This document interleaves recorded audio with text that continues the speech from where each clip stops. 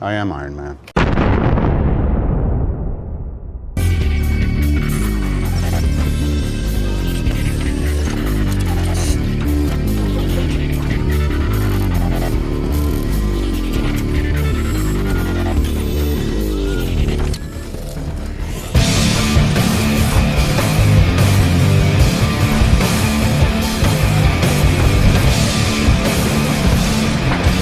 I am Iron Man. Before he became Iron Man, before billion-dollar box office numbers, before global fame returned to his name, Robert Downey Jr. was considered one of Hollywood's biggest financial risks, not asset, risk. And that's what makes his story different, because his greatest comeback wasn't in a movie, it was in real life.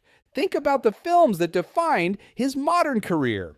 Iron Man, Iron Man 2, The Avengers, Iron Man 3, Avengers Age of Ultron, Avengers Infinity War, Avengers Endgame.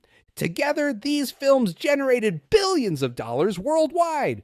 But rewind the clock to the late 1990s. Studios didn't want to hire him. Insurance companies refused to cover him. His career was collapsing. And financially, he was bleeding opportunity. In the mid to late 1990s, Downey faced serious legal trouble and substance dependency issues that resulted in arrests and time spent in rehabilitation facilities. From a business standpoint, that period destroyed his market value. Studios don't invest in uncertainty, they invest in reliability. And at that time, Downey was seen as unpredictable.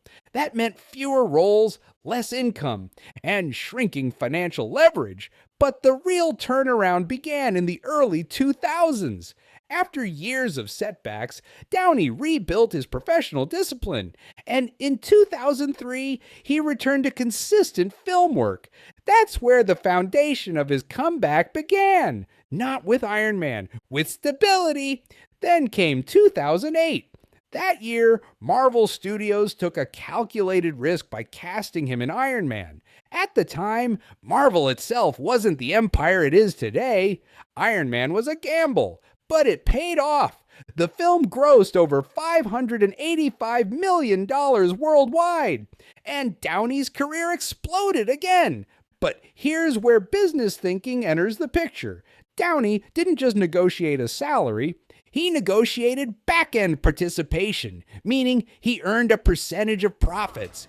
That changed everything, because when the Marvel Cinematic Universe expanded, so did his income.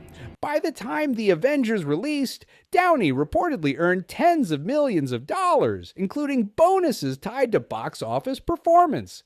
Some industry estimates suggest his total earnings from Marvel films exceeded $300 million across multiple installments.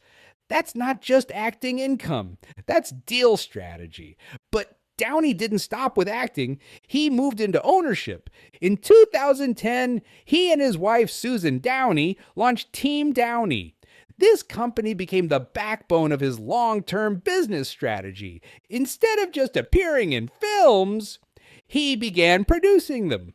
Ownership creates leverage, production creates control, and control multiplies income. Through Team Downey, he helped develop and produce multiple projects, including Sherlock Holmes, A Game of Shadows. These films generated strong global box office revenue and reinforced his value beyond superhero roles. That's diversification, not random diversification, strategic diversification. Then came another major shift. Technology investment. In 2019, Downey announced Footprint Coalition. This wasn't a typical celebrity brand. It focused on investing in companies that develop sustainable technologies, artificial intelligence, robotics, environmental innovation, future-facing industries. That's long-term positioning, not trend chasing. But like any business journey, not every project scaled perfectly. Some production ventures faced development delays. Some projects underperformed relative to expectations. That's normal, because ownership includes risk, not just reward. Yet Downey's biggest strength wasn't luck, it was reinvention. Few actors recover from career collapse. Fewer still turn that recovery into empire-level influence. Downey did both.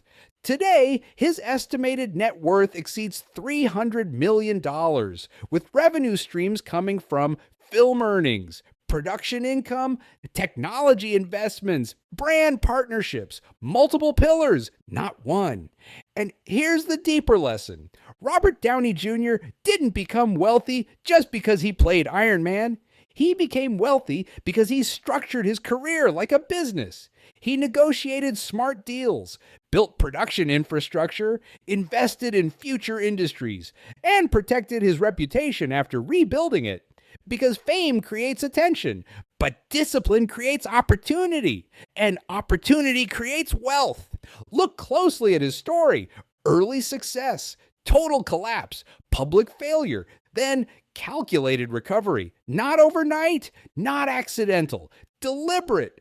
That's why his comeback became one of Hollywood's most powerful financial recoveries. Not because he returned to acting, because he returned with strategy. And maybe that's the real Iron Man story. Not the armor, not the technology, but resilience. Because the strongest empires aren't built by people who never fail.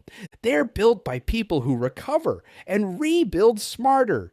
If you enjoy learning how celebrities rebuild fortunes, structure smart deals, and turn setbacks into leverage, make sure you subscribe, like this video, and turn on the bell notification, because the next story might change how you think about failure, recovery, and long-term wealth.